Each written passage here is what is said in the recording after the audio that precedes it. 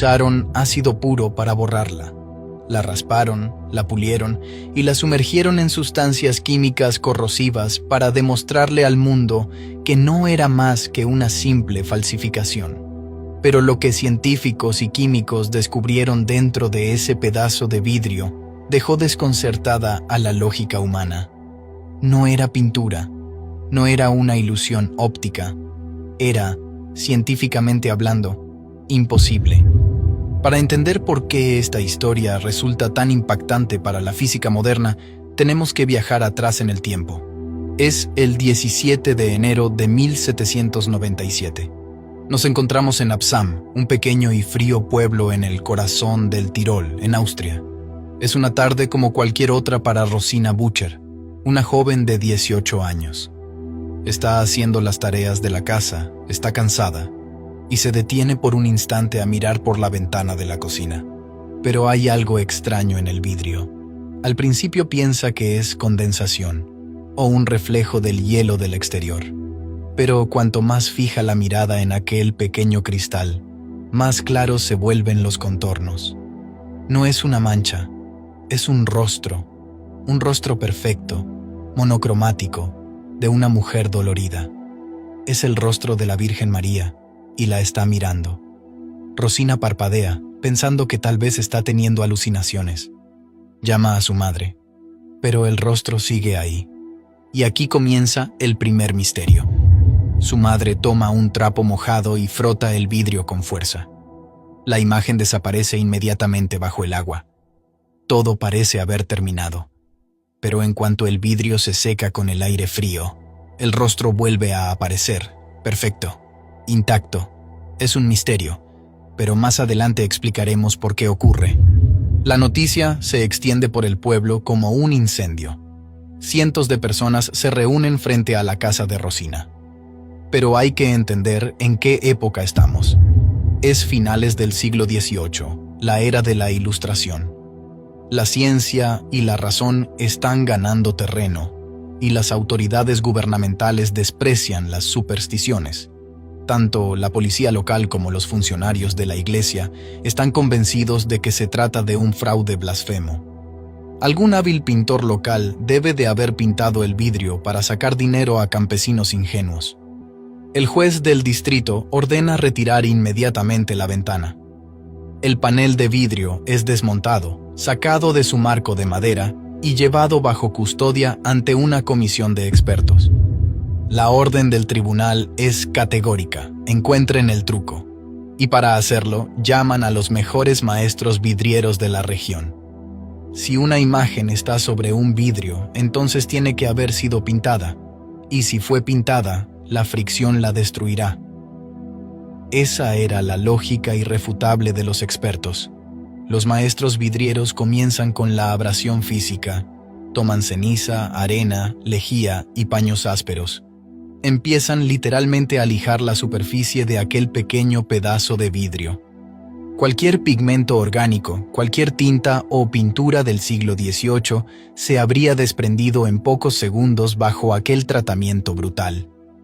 Pero la comisión presencia una escena sorprendente. Bajo la fuerza de la arena y los raspadores, la imagen no pierde ni un solo milímetro de su color. Es más, casi parece volverse más brillante. Los vidrieros se detienen, se dirigen a los jueces y declaran: no hay ningún espesor sobre este vidrio, no hay pintura, no hay nada que raspar. Pero las autoridades se niegan a rendirse. Si no es pintura, quizá fue grabada de manera invisible. Deciden pasar a la segunda fase: la artillería pesada, la química. Es en ese momento cuando la historia desafía abiertamente las leyes de la física. Los científicos llevan a la sala solventes potentes y ácidos corrosivos, sustancias capaces de dañar el propio vidrio. Vierten el ácido directamente sobre el rostro de la Virgen María. Los jueces se acercan. Bajo la acción del ácido y de la humedad, el rostro de pronto desaparece. La lámina vuelve a ser un simple y común pedazo de vidrio transparente. Los escépticos sonríen. «Se lo dijimos», exclaman. «Era un truco químico y lo hemos destruido». El fraude ha sido desenmascarado, La ciencia ha vencido. Pero esperen. Los químicos secan la lámina para redactar el informe final. Mientras la humedad se evapora y la superficie del vidrio se estabiliza, el rostro de María vuelve a emerger lentamente de la nada. Las líneas se forman de nuevo. Los ojos vuelven a mirar fijamente a los jueces. El ácido no había destruido absolutamente nada.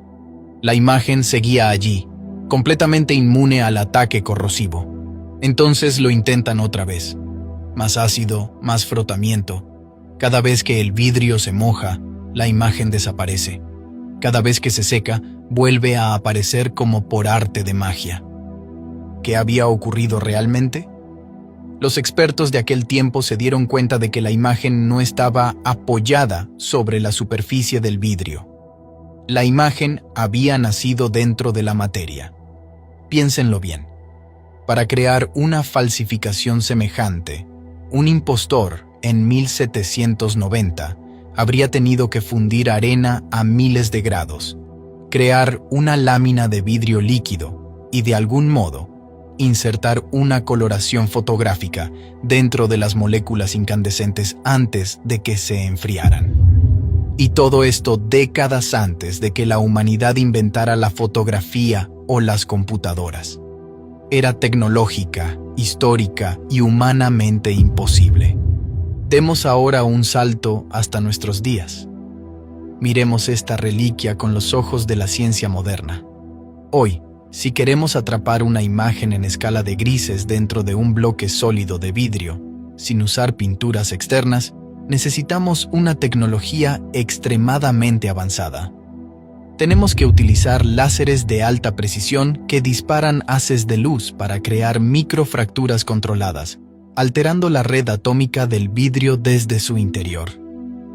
¿De verdad creen que una joven campesina del siglo XVIII escondía una máquina láser en su cocina?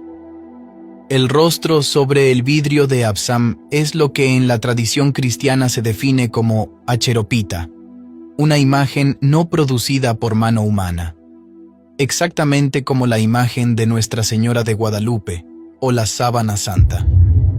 Ante una evidencia absoluta, las autoridades tuvieron que rendirse. El 18 de marzo de 1797, la comisión investigadora firmó un documento oficial que hizo historia. Dejaron por escrito que aquella imagen no podía haber sido creada por ningún medio natural o humano conocido.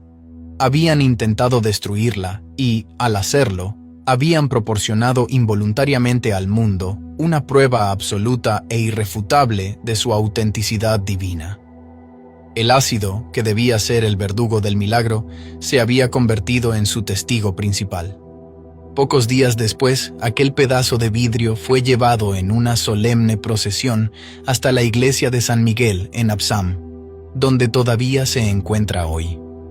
Un santuario que cada año atrae a decenas de miles de personas, encajado en un relicario de oro, intacto, incontaminado, y todavía hoy desafía a cualquiera a explicar su existencia. Pero hay un último detalle, quizá el más fascinante de todos. ¿Por qué la imagen desaparece cuando está mojada y vuelve a aparecer cuando está seca?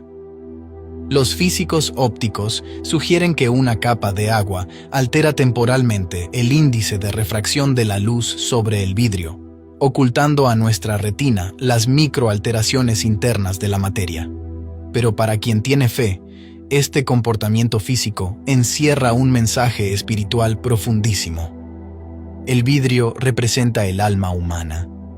Cuando el agua del mundo, nuestras dudas, nuestros miedos, el cinismo de la sociedad y las pruebas más duras, nos inunda y nos cubre, ya no logramos ver lo divino.